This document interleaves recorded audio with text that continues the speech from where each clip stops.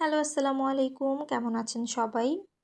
আজকে এত ঠান্ডা পড়েছে, মনে হচ্ছে যে একটু পরেই তুষারপাত হবে। সবার কি অবস্থা? তো সেই সাথে সাথে হচ্ছে গ্যাসেরও কোনো রকম দেখা নেই। আজকে সারাদিন তো একেবারে ছিলই না। অন্যদিন তো তাও একটু থাকে, আজকে তাও ছিল না।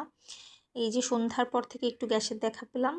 আর সন্ধ্যার চা আমি এখন খাচ্ছি রাত 10টায়। যত যাই হোক, চা তো খেতেই হবে।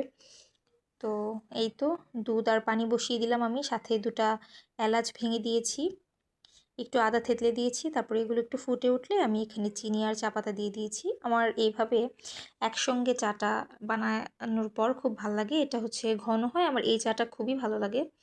তো এই তো অনেকক্ষণ বসিয়ে রাখার পরে চাটা হয়েছে। আমার হাজব্যান্ড অফিস থেকে এসে বলছে বাইরে আজকে এত ঠান্ডা, মানে টেকাই যাচ্ছে না।